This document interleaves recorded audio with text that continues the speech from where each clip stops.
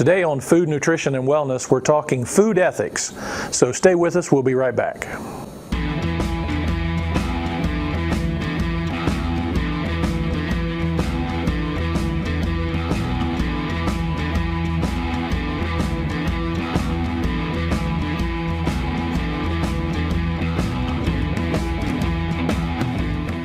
Hello everyone, welcome to Food, Nutrition, and Wellness. I'm Duane Rigsby, Dan Remley here with us. Dan, we're talking food ethics. What is food ethics exactly for me?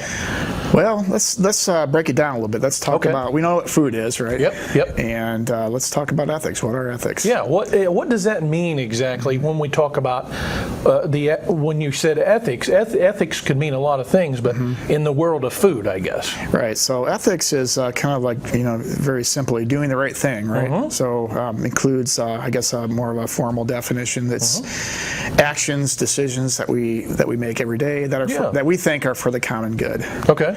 So, I make decisions, right, for my family, but say, for example, we talk about common good. What is common good, So I can make a decision might be good for me, but might not be good for you or good for my family. So, for example, I get paid every month, and so say, hypothetically, I decide to take my monthly paycheck and go to Vegas. Yeah. And I leave my, my kids and my wife, say, see ya, I'm going to Vegas. You're not taking care of your family. It's not an ethic thing. I take my, take my paycheck and I do some gambling. I have some fun. You know what we do in Vegas. Right.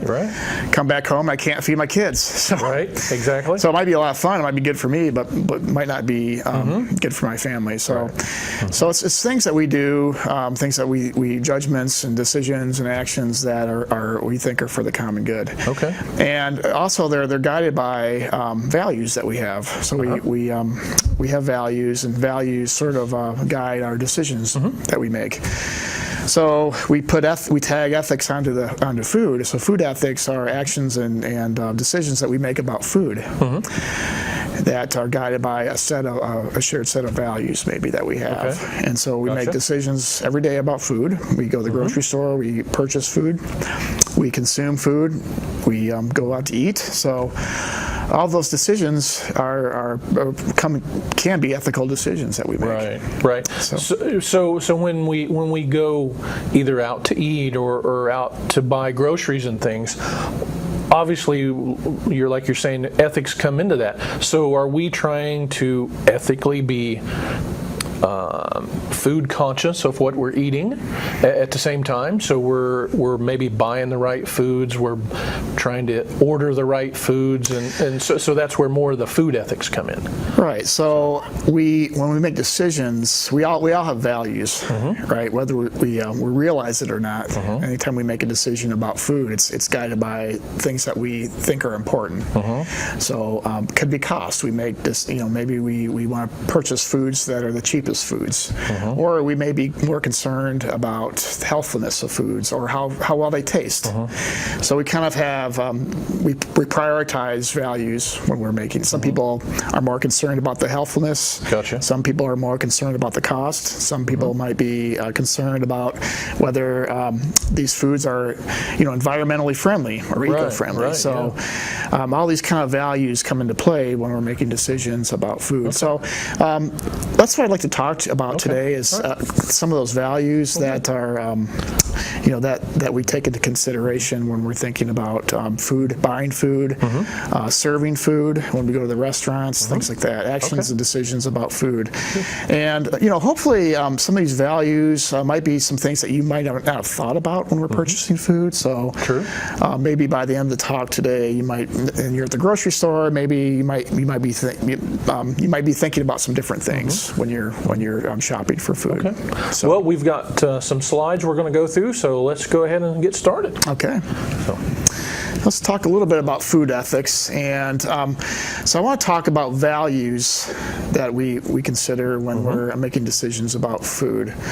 And I also want to say, I'm speaking as an individual, but also institutions and organizations have to make decisions about food. And I work a lot with food pantries, and so food pantries often have to think about what their constituents need or want. They have to go get donations for food, so they're making decisions about food. Other institutions, school, K through 12, they have to think about school lunches, the food service directors. Even colleges, universities, they're serving food. Prisons, these are institutions that are serving food. So restaurants, so institutions, organizations, businesses, they have to make decisions about foods, and so food values come into play. As the food values guide those decisions, and they're often thinking about ethics, what's right and what's wrong. Maybe we'll get into this a little bit, but sometimes institutions the values of institutions aren't always aligned with their constituents' values. And so, for example, a food pantry might not be interested in giving away healthy food, but constituents really want healthy food because they have diabetes and that type of thing. So sometimes those value sets aren't aligned. So we'll kind of get into that a little bit. Okay. So do some of these places, Dan, would they have either a nutrition person or maybe a dietitian that would help them guide their way, or do they maybe outsource it to somebody? Is that what someone Well, in the case of a hospital, they'll have a dietitian that'll be guiding those purchasing decisions. Some of the larger school districts do have dietitians, or they'll employ contract with dietitians to help with those, to make sure that their menus are aligned with the dietary guidelines, or their standards that they have to meet. So, gotcha. That's a good question. I mean, I could even see. I can understand schools and things like that, but some of these other things that you may not think about is like you said, a prison or those, maybe even a jail, to where the people may be just there temporarily. Right. But you have to feed them, obviously. Yep. Are we just throwing them a peanut butter sandwich, or is somebody actually thinking about this? And then, like you said, then you have to purchase all this stuff. So. Right. And so some people have certain religions where you restrict certain foods, and so those types of things have to be I forgot about that have to be taken into consideration. So that's institutions sometimes have a hard time, especially if they're serving their constituents don't have a lot of power. Maybe they're like in a prison, there's not a lot of autonomy. So that's where food values come into play here. And so we're going to talk about different food values and defined food values, and some of these values kind of overlap a little bit. So when you're thinking about your own food values, you might think about maybe what you think are important too, as we talk about these different sets of values. Will do. So, I think you and I have talked a lot about healthfulness and nutrition, and so this is certainly a food value that pretty important today, especially with all the chronic disease and obesity that we have. But healthfulness is foods that are nutrient dense, and there's lots of different ideas about healthfulness. Some people think that foods that are highly processed, for example, aren't healthy.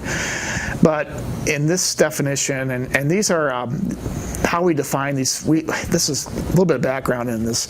We had Glenn and Sweeney from the Kerwin Institute at OSU and I went up to Michigan State, and we met with a bunch of philosophers. We got invited to this little writing workshop, and so we came up with these food values. And so hopefully these food values are sort of independent from each other, but there is a lot of overlap. So we try to make these sort of mutually kind of exclusive from each other. So the healthfulness of food is defined by foods that are nutrient dense, and so they're pretty low in sugar. There are not a lot of empty calories, lots of nutrients. So fruits and vegetables, for example, that aren't cooked and that aren't processed. Those would be healthy. That would be a healthy food choice. So we're talking things like, what, apples? Sure. Now, would grapes be considered that? Because sure. So they are? Okay. Yeah. Because even though they're a little mushy on the inside, Now, I wouldn't call them dense, I guess. Now, you could argue that maybe grape juice is processed, right? Yeah. So it's not as healthy. Or like a fruity snack. Yeah. Fruity snacks pretty heavily processed. So, that's the other part of this definition. Foods are minimally processed. They're low in fat, they're low in sodium, or low in added sugar, and they're very high in fiber. So that's another part of this definition. So Gotcha. That's how we define healthfulness. Gotcha. And again, these definitions also kind of come from, we look at consensus of scientific opinion too. So probably these are aligned with the dietary guidelines, and most dietitians, nutritionists would agree with how we define healthfulness. Now, there's always going to be arguments that, you should think about this or that. But So food safety. Food safety is another food value that's important. A lot of institutions have to think about food value, especially if you're a food service director at a nursing home. You really have to be careful because it's a high-risk population. But everybody should be concerned about food safety. So when we think about food safety, what does it mean when foods are safe? Right? That we're serving, that we're consuming. Well, one of the definitions is that when you prepare the foods, you minimize that chance for cross-contamination, meaning that you don't want juice from like meat, chicken getting on your ready-to-eat foods like salads and things like that. You want to keep those apart. Not a good thing. Right. And so we want our meats especially to be cooked to the right temperatures. So like 155 degrees for a hamburger, 165 for turkey, that type of thing. Okay. And that's to kill any bacteria that might be on food. And foodborne illness is a big problem in today's age. 98 million cases per year. A lot of them aren't diagnosed. True. So, I think you're right. A lot of it is not diagnosed. So that's part of our definition. Foods are stored properly, so they're refrigerated. And then you're purchasing foods that where the containers or packages aren't damaged, so they're good quality. Use by dates. Those really don't mean anything. They're just sort of guidelines, with the exception of like formula and that type of thing. But because I've seen things go bad before the date, and I've seen things go bad way after the date. So it's more of that. Well, if you store it right, it seems like you'll get a little more life out of it. But if you don't, it seems like it goes bad a lot quicker. Right. So in most cases, anyway, I've seen like for instance, a gallon of milk or something. Right. That seems at my house usually the gallon of milk never lasts even close to the date that it says. So well, and the reason that we want foods to be refrigerated is because bacteria grow extremely rapidly between the temperatures of 40 to 140 degrees, and we call this the time temperature danger zone. And especially they grow extremely rapidly between like 70 to 125. So you think about, you leave an egg salad, you take it to a picnic, leave it outside it's like 90 degrees. Bacteria can really flourish in those types of conditions. Now, obviously, would it help if we like set that bowl in a bath of ice or something? That'll certainly help. Well, that'll help, but what about that top layer? It's not really cooling, is it? Or does it get a little bit, I guess? The layer, it can make, So any parts of your food are left out in that time temperature danger zone for any amount of time. That can be a problem. But storing food in a bath of ice water can be helpful. I always wonder about these grocery stores that have these open coolers. There's no, you just reach it. They're maybe chest high, and you just grab it. There's no lid or anything on it. So, but obviously, I could think that the bottom layers of those meat or whatever's in there is way colder than the ones on top. So I never really shop and get anything out of there for some reason. I don't know why, but that's just one of my preferences. Well, grocery stores are pretty good. They do value food safety, so they do check those temperatures quite a bit. Right, so. and I'm sure it's down there to that, maybe that the top of the minimum or whatever, or the maximum. But it's just one of my preferences. I'm like, I think I'm not going to do that. Right. So right. Understand. And and sometimes food safety safety conflicts with healthfulness too. We'll talk about how these values can conflict too. Okay. So as we kind of talk about, after we define these values. So food quality. Food quality is a value that many people think about, and this is sort of like foods are fresh, they're visually appealing, they're tasteful. Yes. So, when we go to the grocery store, we want things that we like, our family likes. We also want them to be healthy. Sometimes foods don't look really good, Right. but they can certainly be healthy. I don't know if you ever liked spinach or the spinach in the can, but spinach in a can can certainly be healthy. It doesn't look real good. No, you're right. People might not think that's not really a quality product, but it certainly can be helpful. So that's just an example. Right. So what about food waste? Now, this was really an interesting discussion we had with these philosophers at Michigan State, because what do you think about when I say food waste? What do you think about?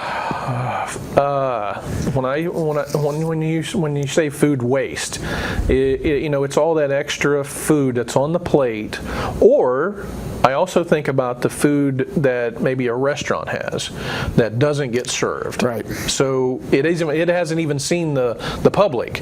It's still sitting there, and no one never got rid of it. So is that food waste? Obviously maybe they might be able to save some of it, but most of it you can't, and reserve it.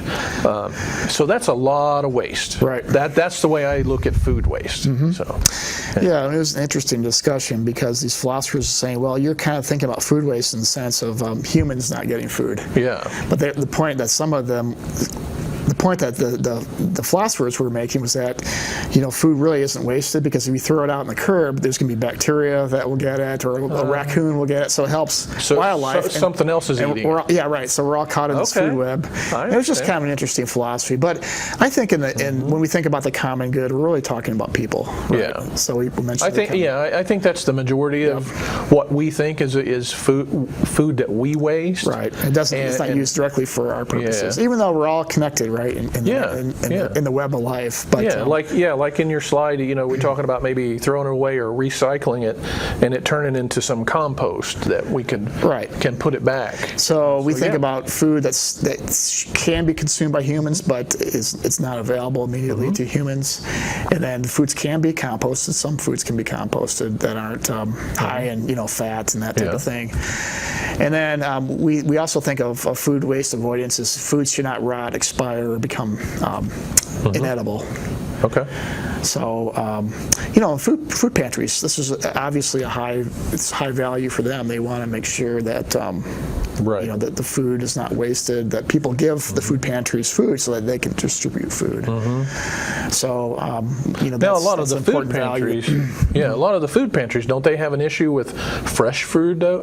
Yeah, it's harder. Because they don't have a lot of them don't have coolers and stuff. So maybe they have to get it the day that they have to turn around and give it right back out. Right, exactly. And so that can be a challenge. Because I know a few locally that they don't hand out a lot of fresh produce because of that. Right. So, but that gets into sometimes they just give away food and people don't want it too. Yeah. And so they think they're avoiding the food waste, even though people get it, they'll just throw it away. Yeah. So then you wonder, okay, is it actually working? And then you get into all kinds of things. Is autonomy important to them? So they want people to make their constituents to be making the decision or their choice. And so it gets a little tricky.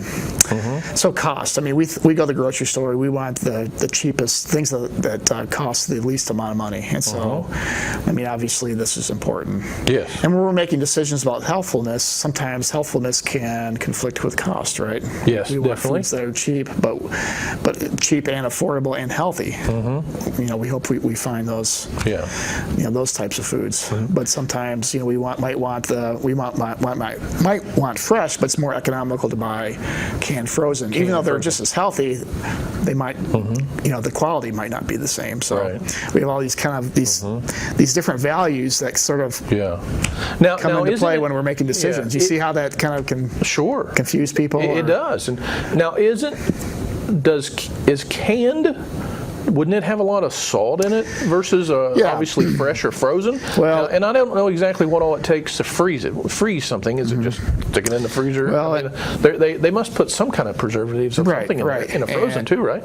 Right. So canned and frozen are easier to store. Yeah, and obviously you get a way longer shelf life. Maybe you avoid the longer shelf life. Maybe you avoid the food waste, right? Right. But sometimes canned and frozen might not be as healthy because they're packed with sodium or syrup. Yeah. Those types of things. Now there are things you can do. You can rinse off your green beans that are canned. Okay. There's things that you can do. Okay. Frozen and canned can be as healthy as fresh too. And so in some cases, for some types of nutrients like lycopene in tomatoes, is actually more available in the canned. So. Oh, I didn't know that. Yeah, it gets into all these again. It's how those different values come into play. But interesting. So convenience. Yep. People don't have a lot of time to cook, right? And so when you go to the grocery store, you think, okay, this would be really easy to make. And when we go to the grocery store, I like to buy at least one meal that's like a pizza that I can just throw in the oven. Because I know something quick. I know there's going to be some days of the week where I don't have time to prepare something. So we buy 2 or 3 meals that are convenient, that are kind of like your old TV dinner meal. Just they're there. Not a whole lot of prep time. Yep. So they're easy to prepare. They're easy to store. They have pretty long shelf life, and then minimal time and effort needed to acquire the food. So they're it's like fast food. You go to the drive-through, or nowadays Kroger. You can go to Kroger and you get on your computer, your smartphone, and you decide what you want. Absolutely, it's there for you. You know? That's convenience. It is, and even now you can order a meal ready to go I'll say in certain areas. In a little bit of our rural area, it's not here yet, but you can order it. Somebody will go pick it up and bring it to you now, even the whole meal. So right. It's becoming a new world. So does convenience always does it conflict with healthfulness always? Do you think, or you can have healthy and convenient? I think convenience reduces the health, so I don't think you'll have as good a meal. Just because we don't have time. It just depends. It just takes education. I mean, you can go to McDonald's and order a pretty healthy meal. You just kind of have to make those right decisions. You have to make the right decisions. The grilled chicken, the salad on the side, and not the fries. So it's convenient, but it can also be healthy too. But then it's also a little pricier too. If you did that all the time. Right. So so you got to weigh. How do you measure all that stuff? Right. So social and cultural acceptability, and we kind of got into this earlier. Certain cultures have restrictions on certain foods. Can you think of any examples? Well, obviously, when you say restrictions, or like I know some there's kosher foods for Jewish. Or some can't have beef, some can't have pork, some different things like that. So and some it's like certain days you can't have certain particular item. Right. So there are there's a lot of groups that have something socially and culturally acceptable now, and a lot of countries eat insects. And would that be really culturally acceptable here? Probably not. For some people, it's okay to dumpster dive, in a dumpster and get food. This is but that might be culturally acceptable and at least socially acceptable. In my circles, but for some people it is. So these are some things that we kind of need to think about. When we're thinking, a lot of institutions might need to think about, when they're purchasing and serving food. Localness, I think local foods have a lot of value in our society because we're supporting the local economy, farmers, that type of thing. Local isn't always healthier though, or it might not be even as safe. Just because it's local doesn't, it just depends who's growing it and what kind of agricultural practices they're using, that type of thing. I agree. It might not even be as sustainable, so we'll talk a little bit about that. But foods, we define localness by if the foods are promote the local economy and or local retail, foods that stimulate social connections between people. There's a lot of value in going to the farmer's market and seeing people that you know. that helps with making people less lonely and more connected in their community. So there's a lot of values in localness. So here's environmental sustainability. And this is the way that foods that are produced in ways that are not going to degrade our water supply, air, reducing greenhouse gases, promote the greenhouse warming, that type of thing.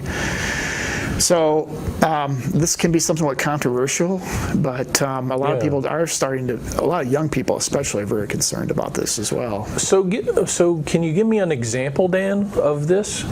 When you say food is produced and acquired, is that basically you're growing your own? What are we doing when we're saying environmentally sustainable? Yeah, so like organic, for example, organic practices. Might be included in this category. Local can be certainly it can be environmentally more sustainable. It just depends though. And that's sort of debated right now. Is are local tomatoes more sustainably produced than tomatoes from California? Because in California they might ship a bunch of tomatoes to Ohio in a big freight train, but the cost, the environmental cost might be less because of the train and and that type of thing. So it gets a little dicey there. But typically foods that are produced that use a lot of pesticides and chemicals and things like that pollute waters, watersheds and that type of thing. One of the examples I think, I don't want to get in too much trouble by certain commodity groups, but pineapples, for example, are grown in like Central America, Costa Rica. They do require a lot of pesticides and chemicals and things like that. So I don't want to get into that too much, but just an example, just so we so our viewers understand when we say environmentally sustainable kind of thing. So, but no, that was great. Workers' rights. Some foods are produced by workers who don't really have a fair compensation. Maybe you've heard of free trade agreements. And also, some foods are produced in farms and factories that aren't safe and very safe for workers too. So this has become an issue that's a lot of people are growing more concerned about too. So I'm just going to run through the rest of these. Animal welfare. This takes into consideration how meats, especially, are produced that are humane. Or these animals are not humanely processed, but that's the wrong word to use for the animals. But it avoids cruelty, whether it's an animal, how we store the animals in animal housing, transport and slaughter. And then agency, people growing their own food. And then autonomy, people being able to choose food. So in a prison, people can't really choose food. But at pantry, we'd like to promote autonomy where people have choice, that type of thing. And then empowerment, and these are consumers where they're actively involved in making decisions about food. So these are all, we talked a little bit about conflict. We kind of gave some examples. And so institutions, when we're making decisions for our family too, we do need to be talking to our kids and we're asking our kids, hey, what's important to you? Is cost, is healthfulness important? Are you concerned about, local or environmental? Have those discussions with your family. It's a good way for kids to get thinking about, what do they think? What do they think's important? Well, Dan, this has all been great information. I really enjoyed talking about this. And I think we need a part 2 of this. I know we got several more slides to go, and maybe we will. Maybe we'll discuss it in the next segment and stuff. But for right now, we're just about out of time. But I think everything that we've covered so far has been great information. Things that you don't think about, like you said, on a regular basis. So I just think it's good stuff. So thanks, Duane. Until next time, we will see everyone later.